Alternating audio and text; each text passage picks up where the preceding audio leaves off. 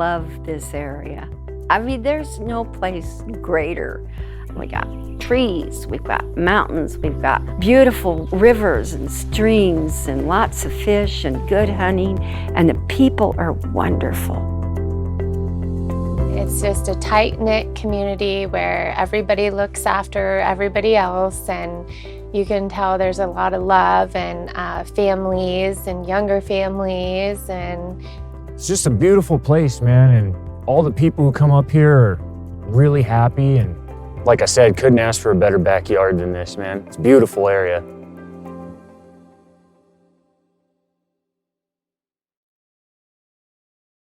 In Douglas County, for the last 10 years or so, about a third of the county has been accessing emergency food.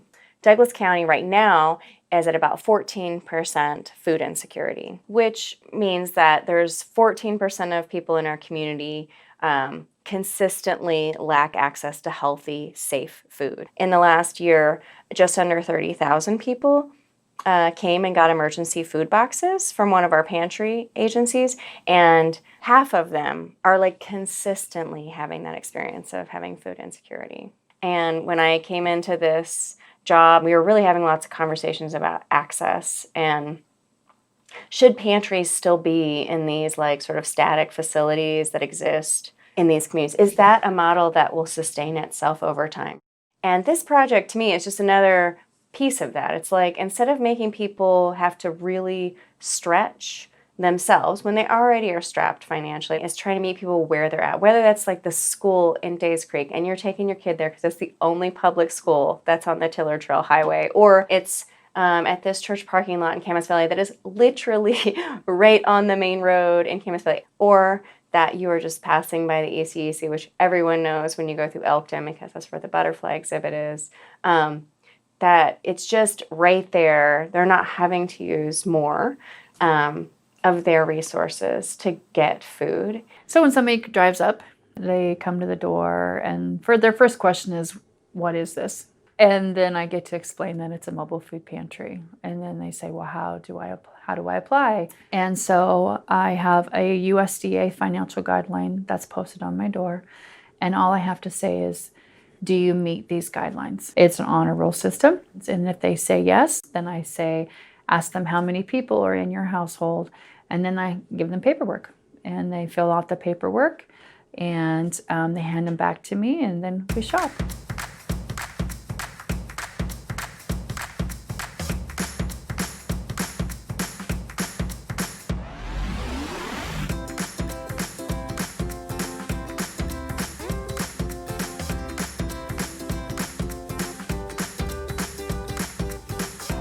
Everybody's happy to see you.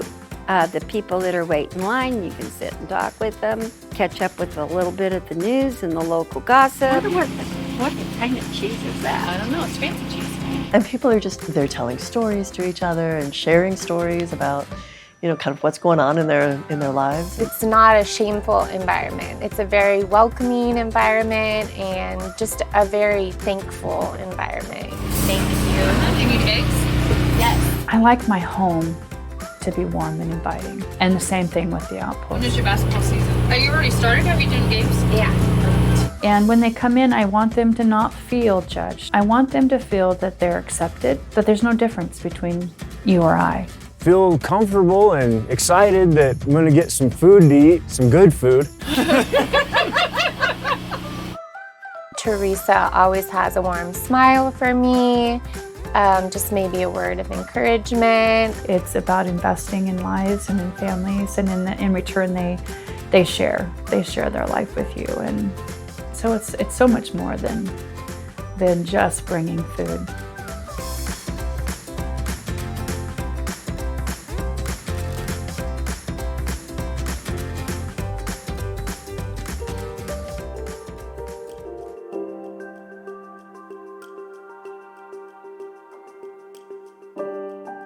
We live in a world where it is hard to make it. And unless you've got a job at a certain income or you've got some sort of personal safety net built in, figuring out how to provide for yourself or your family on a daily or weekly basis can be really challenging. We've never been completely without, but we've been close. Do you pay the car payment or buy your food, or do you pay your car insurance, or do you buy your food, or, there's all those things that throughout the month you have to pay. And if you just don't have the means to cover all the necessities, then what gives?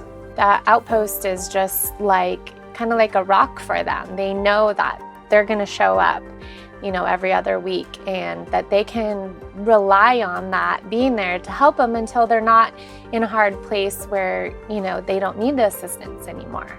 That once a month, our main trip in to do grocery shopping, you have to have the gas for that. The food pantry takes care of part of that for you.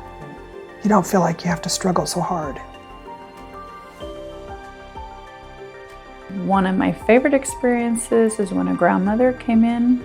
She's raising her grandkids, and she came to me one day and said how excited that she was that for the first time that she was able to have SNAP benefits left over at the end of the month.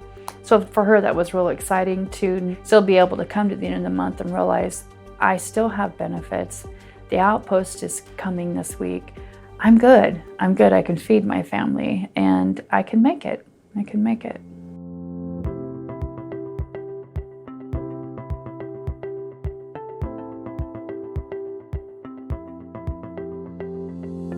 Running the mobile food pantry, it is about feeding people. It's about bringing food. It's about teaching them how to create meals for their families. But I also believe that when we help people feed their families, that we are opening up other avenues of being able to help them. And so if we are willing to go to them and let them know that, hey, we're going to invest in your life. We want to see your community get stronger. We want to see your families get stronger. And ultimately, when individuals are stronger and families are stronger, then it's going to affect your community. Well, I think when we look at the future of this project, how do you sustain anything is always an important question to ask. Just as like an idea, it's like, well, if we start these projects in these communities and we show people that there is a need, that we might over time be able to build enough community organization and advocacy around that issue that they might want to start their own pantry. And it's not that that's necessarily like the end goal. Not every community needs to have their own pantry, but that over time we help those communities kind of grow their own by people who learn about it, who become passionate about that work, who just never understood or recognized that that was really a need. I really, after coming to the mobile outpost, would like to in the future volunteer and help maybe in another community, be able to, be a rock for someone else in need that might be struggling or going through a tough season of their life.